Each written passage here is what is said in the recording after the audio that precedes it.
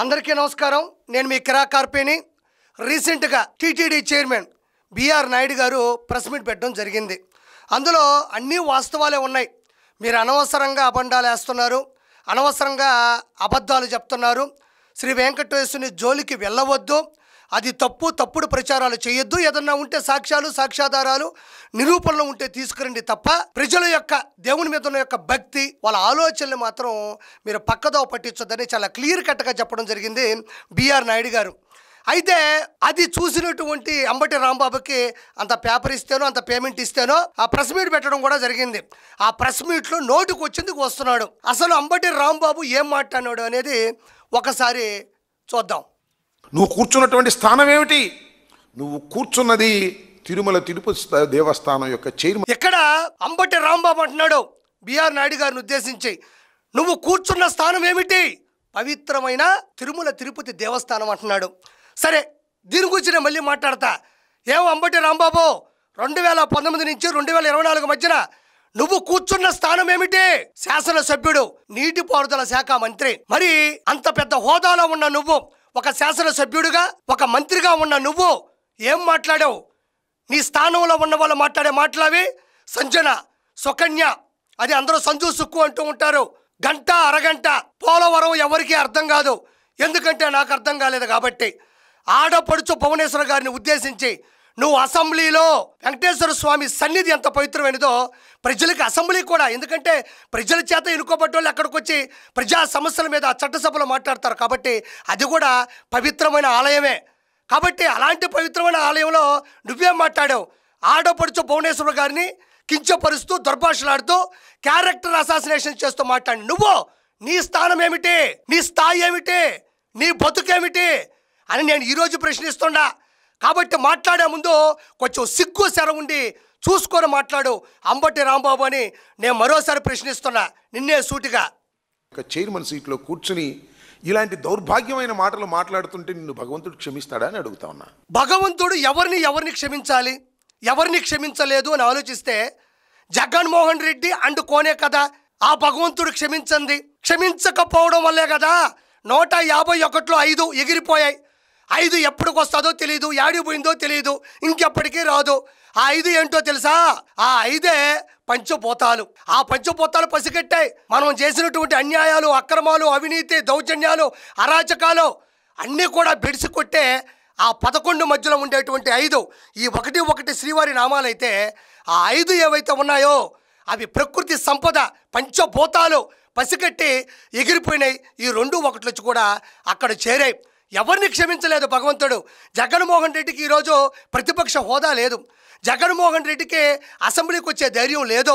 ఆంధ్రప్రదేశ్కి వస్తే ఎక్కడ అరెస్ట్ చేస్తారని యలహంక ప్యాలెస్లో దాక్కుంటాడు. ఇండియాలో ఉండే ఇనుమంతా తీసుకొని వచ్చి తాడేపల్లి ప్యాలెస్ చుట్టూ ఇనుప కంచేపించుకున్నాడు. ఎవరు క్షమించాలి? కాబట్టి మాట్లాడే ముందు నీ అనుభవం అనేది 0 అని నేను మరోసారి గుర్తు చేస్తున్నా. ఇంకో మాట మాట్లాడి నాకు చాలా ఆశ్చర్యం వేసింది ఆ డైలాగ్. మరి ఎట్టా వచ్చిందేమో తెలియదు. మరి TV5 నడుపుతూ ఉంటాడు కదా, డైలాగ్ కూడా బాగా చెప్పడం నేర్చుకున్నాడు. TV5 నడపొచ్చు, పత్రిక నడపొచ్చు, యూట్యూబ్ ఛానల్స్ నడుపుకోవచ్చు, సోషల్ మీడియా నడుపుకోవచ్చు. అలాంటి వాళ్ళు టీటీడీ చైర్మన్ అవ్వకూడదు అనేది ఏం లా లేదు, రాజ్యాంగంలో లేదు, ప్రజలు కూడా అలా ఉండకూడదని అడగలేదు. ఏమి మరి జగన్మోహన్ రెడ్డికి కూడా ఉందిగా సాక్షి పత్రిక. నోరు తెరిస్తే అబద్ధాలే, రాసినా నోరు తెరిసినా ఇన్ని అబద్ధాలు ఉంటాయి. మరి ఆయన జగన్మోహన్ రెడ్డి 2019 నుంచి 2024 మధ్యన సీఎం అవ్వలేదా? ఏమో ఆయన టీటీడీ చైర్మన్ అయితే తప్ప? అంటే అన్ని పత్రికలు, అన్ని టీవీ ఛానల్ మీలా ఉంటాయని మాత్రం అనుకోవద్దు. చాలా జాతి నిజాయితీగా నైజం నిజంగా ఉండేవాళ్ళు ఈ భూమి మీద చాలా మంది ఉన్నారు. పత్రిక అనేది వాళ్ళ స్వేచ్ఛ, వాళ్ళ హక్కు, వాళ్ళ వాక్కు. పెట్టుకోవచ్చు, పదవులు కూడా తీసుకోవచ్చు. అది కాదు, అది లేదు, అది రాదు అని చెప్పే ప్రశ్న నీకు లేదు అని నేను మనస్ఫూర్తిగా చెప్తున్నాను అంబటి ఆంబోతు రాంబాబుకి. మీరు ఎవరితోనే పెట్టుకోండి, బిఆర్ నాయుడుతో పెట్టుకుంటే మాత్రం మర్యాదగా ఉండదు. నేను ఎంతకైనా తెగిస్తా. ఎక్కడ ఒకటి ఆలోచించాలి అంబటి రాంబాబు. ఒక వ్యక్తికి 2 చోట్ల కోపం వస్తుంది. ఒకటి నిజాయితీగా ఉంటూ ఇలా అసత్య ప్రచారాలు, దుష్ప్రచారాలు, అభండాలు వేస్తూ ఉంటే బిఆర్ నాయుడు గారికి వచ్చినంత కోపం వస్తుంది. అలాంటి వార్నింగ్లు వస్తాయి. అబద్ధాలు చెబుతూ అసత్య ప్రచారాలు చేస్తూ వాటికి కర్తగా ప్రతినిధిగా ఉంటే ఇంకో కోపం వస్తుంది. అంటే తప్పు చేసినా కూడా వెనకేసుకోవడానికి వచ్చే కోపం మీదైతే తప్పు చేయనప్పుడు ఈరోజు బిఆర్ నాయుడు గారు టీటీడీ చైర్మన్గా వచ్చినప్పటి నుంచి మీరు ఏ అయితే పొరపాటు చేశారో, ఏదైతే దాష్టికం చేశారో, కొండ మీద ఎలాంటి దౌర్భాగ్యాలు చేశారో వాటన్నిటినీ కూడా క్లియర్ చేసుకుంటూ వస్తున్నాడు. ఆయన టీవీపై ఉన్నంత మాత్రాన ఈ రోజుకి టీవీపై ఆ చైర్మన్ పోస్ట్లో ఉన్నదే లేదు, ఆ చైర్లో కూర్చున్నదే లేదు, హైదరాబాద్లో తిరిగిందే లేదు. 24/7 365 days ఆయన కొండ మీదే ఉంటున్నాడు. అక్కడ అధికారుల చేత 24 గంటలు పరుగులెత్తిస్తూ పనిచేపిస్తున్నాడు. ఎక్కడ ఏ సమస్య రాకూడదు అని చెప్పేసి స్వతహాగా ఆయన హిందూ ధర్మం, స్వతహాగా ఆయన వెంకటేశ్వరునికి పరమ భక్తుడు. ఇవి రెండు చాలు తిరుమలని కాపాడడానికి.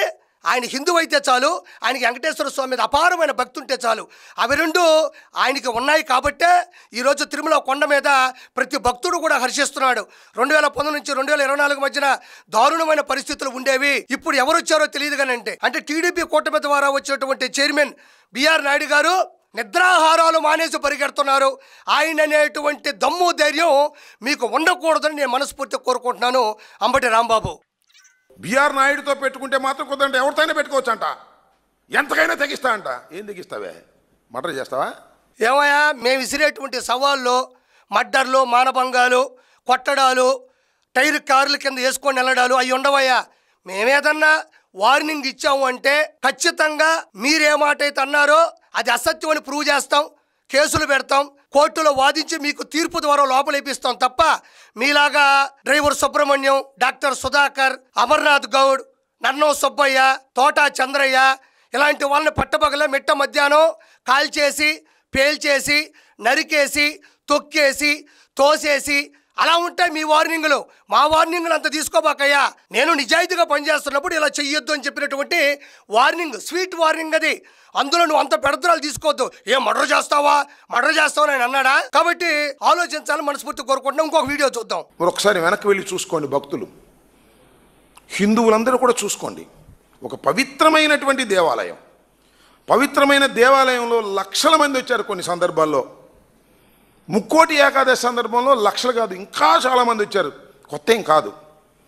నువ్వు కాలు పెట్టావు, ముక్కోటి ఏకాదశి రోజునే 6 భక్తులు ప్రాణాలు పోయినాయండి. ఇక్కడ ముక్కోటి ఏకాదశి నాడు 6 భక్తులు చనిపోయారు అంటున్నాడు. ఆ 6 అనేది కూడా చూసి చదవాలా. 6 కూడా చూసి చదివే కదా మధ్యలో 5 పోయింది. అంటే పేపర్ వచ్చింది, జగన్మోహన్ రెడ్డి దగ్గర నుంచి ఒక ప్రింట్ వచ్చింది, దాంట్లో 6 అని రాసుంది. మళ్ళీ చూడాలి దాన్ని. 6 అని చూసి చదవడం వల్ల 5 పోయింది. అందుకే మనకి 11 మిగిలినాయి. ముక్కోటి ఏకాదశి నాడు 6 చనిపోయారు. ఓకే, ఆ రోజు పవన్ కళ్యాణ్ గారు కావచ్చు, చంద్రబాబు నాయుడు గారు కావచ్చు, టీటీడీ చైర్మన్ బిఆర్ నాయుడు గారు కావచ్చు, అందరూ కూడా అధికారులు కావచ్చు అప్రమత్తమైనారు, వెళ్ళారు. ఊహించిన దానికన్నా కూడా జనాలు ఎక్కువ వచ్చారు. తొక్కిసలాట జరిగింది, తోపులాట జరిగింది. ఆ రోజు అందరూ బాధపడ్డారు, భయపడ్డారు. ఇంకొకసారి అది జరగకుండా చూసుకుంటామని కూడా వాళ్ళు చెప్పారు తప్ప అధికారం మతంతో ఏం మాట్లాడలేదు. ఆ రోజు చింతించారు, ప్రతి ఒక్కరు పరామర్శించారు, ఏం జరిగిందని విశ్లేషించుకున్నారు, వివరణ ఇచ్చారు. అంతే తప్ప దాన్ని ఎవరూ వెనకేసుకొని రాలేదు, ఇంకొకసారి జరగదు కూడా అని చెప్పారు తప్ప ఈరోజు నువ్వు చెప్తున్నావు ఆయన అడుగు పెడితే ఏమంటున్నాడు సరేనండి. ఇప్పుడు జరిగిందా? మొత్తం తిరుమల తిరుపతి దేవస్థానపు చరిత్రలోనే ఎప్పుడు జరగని విధంగా first time in the history of Tirumala Tirupati దేవస్థానం జరిగిందంటే నీ దౌర్భాగ్యమైన కాలు, నీ అన్యాయమైన కాలు, జగన్మోహన్ రెడ్డి దౌర్భాగ్యమైన కాలు, దౌర్భాగ్యమైన నాయకత్వం, దౌర్భాగ్యమైన నాలుక కాబట్టే ఆయన రాగానే కరోనా వచ్చింది. 2 సంవత్సరాలు మునిపెన్నడు అలాంటి అవస్థ రాలా, అలాంటి బాధ చలాలు పల్లా. ముట్టుకుంటే చచ్చిపోయే జబ్బు అది, ముట్టుకుంటే చచ్చిపోయే జబ్బు. అలాంటి జబ్బు ఇంతకుముందు ఎప్పుడైనా వచ్చిందా? ఆంధ్రప్రదేశ్లో ఎంతమంది తలడిల్లిపోయారు, ఎంతమంది రోడ్డు మీద పడిపోయారు, ఎంతమంది ఇళ్లలోని దాక్కుని బిక్కుమిక్కుమంటూ భయపడ్డారు. అంటే జగన్మోహన్ రెడ్డి కాలు పెట్టిన తర్వాత కరోనా వచ్చింది కాబట్టి చాలామంది ఇబ్బంది పడ్డారు. నేను అడుగుతున్నా, దానికి నువ్వేం సమాధానం చెప్తావు? అంబటి రాంబాబు, అది హఠాన్ పరిణామం, ఊహించిన పరిణామం అని చెబుతూ ఉన్నారు. జరిగింది ప్రజలకు కూడా తెలుసు. మరి జగన్మోహన్ రెడ్డి కాలు పెట్టగానే కరోనా వచ్చింది అంటే జగన్మోహన్ రెడ్డి ఇంకోసారి పొరపాటున సీఎం అయితే ఏం జరుగుతుంది? దీనికి కూడా నువ్వు సమాధానం చెప్పాలి అంబటి రాంబాబు అని నేను మనస్ఫూర్తిగా నిన్ను కోరుకుంటున్నా.